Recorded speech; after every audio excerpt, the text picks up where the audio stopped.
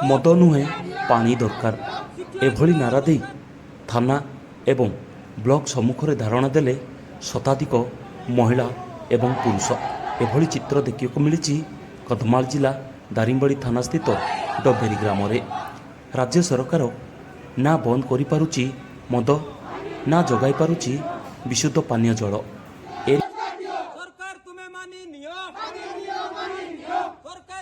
देखो आज आम डबेरी ग्राम रु आसिलु। डबेरी ग्राम मसे आगु आम मीटिंग होता माने ग्राम्य कमिटी मीटिंग करते आमको सहयोग करने डाकी आम से जाइलु।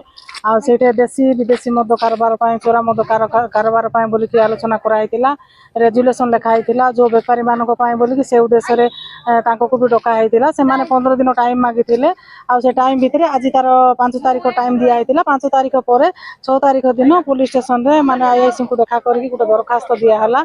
से लिखाई ग्राम कमिटीर समस्त व्यक्ति मान ये गोटे रेजुलेसन पास कराई जे जो व्यक्ति बिना परमिशन रे चोरा मद कारबार करिवो आ से 20,000 टंका फाइन देबो ग्राम्य कमिटी को। आ विभिन्न प्रकार कार्यक्रम लिखाई ता सहित आम से देला परे सार भी कहले मु निश्चय पेट्रोलिंग करी जहाँ साहाय्य सहयोग करिया कथा से कथा मु साहाय्य करी बोली कहले। किंतु एक्साइज डिपार्टमेंट रे आ से नथिले कबाड़ द्वार देकी रहितिले आ से माने कबाड़ भी खोलिले नाही।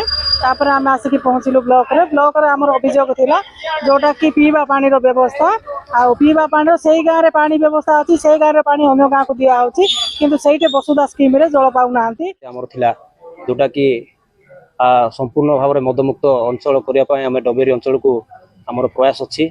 आज तो हमें अभियान आरंभ करिछु ता सरला पर्यंत हमें चेष्टा करिवु सरेया पय। सेटा गोटे मुख्य थिला हमें जाइथिलु थाना को आ सारन को आईआई सारन को हमें सेटा देलु दाबी पत्र देइछु। से मध्ये कथा देइछंती कि प्रत्येक संध्या रे आ सखाळे से पेट्रोलिंग करिवे। डबेरी आगुरु मुहरु आसुथिले पूरा डबेरी रो लास्ट को जीवे से माने ताकि पेट्रोलिंग करी आसीबे हमको कथा देइछंती से माने संपूर्ण सहयोग करिवे बोली कि आ संपूर्ण सहयोग द्वारा हमें मदमुक्त डबेरी करी बोली हमें आशा रखीचु। आ ब्लॉक को आसीबार कारण आम गाँव रे पानी रो सुविधा नाही आ जो सुविधा अछि आ 15 परिवार पाइला 15 परिवार पाउ नांती।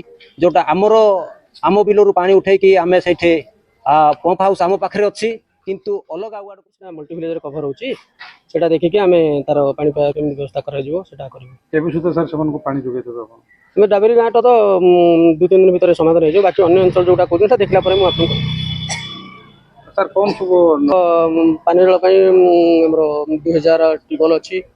तापर सोलार मध्य वर्तमान 148 टा सोलार डेवलपमेंट अछि।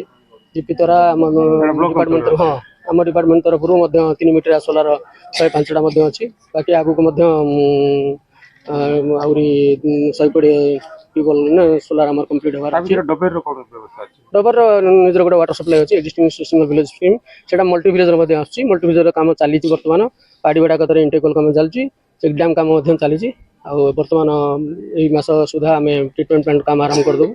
पंचायत चुआ कोन से माने जोटा से पंचायत तरफ कराइ जे हम तो अलगा टिबल हमर बोर अछि सेटा पंचायत तरफ से डाकी भीतर पंचायत वाला करबो।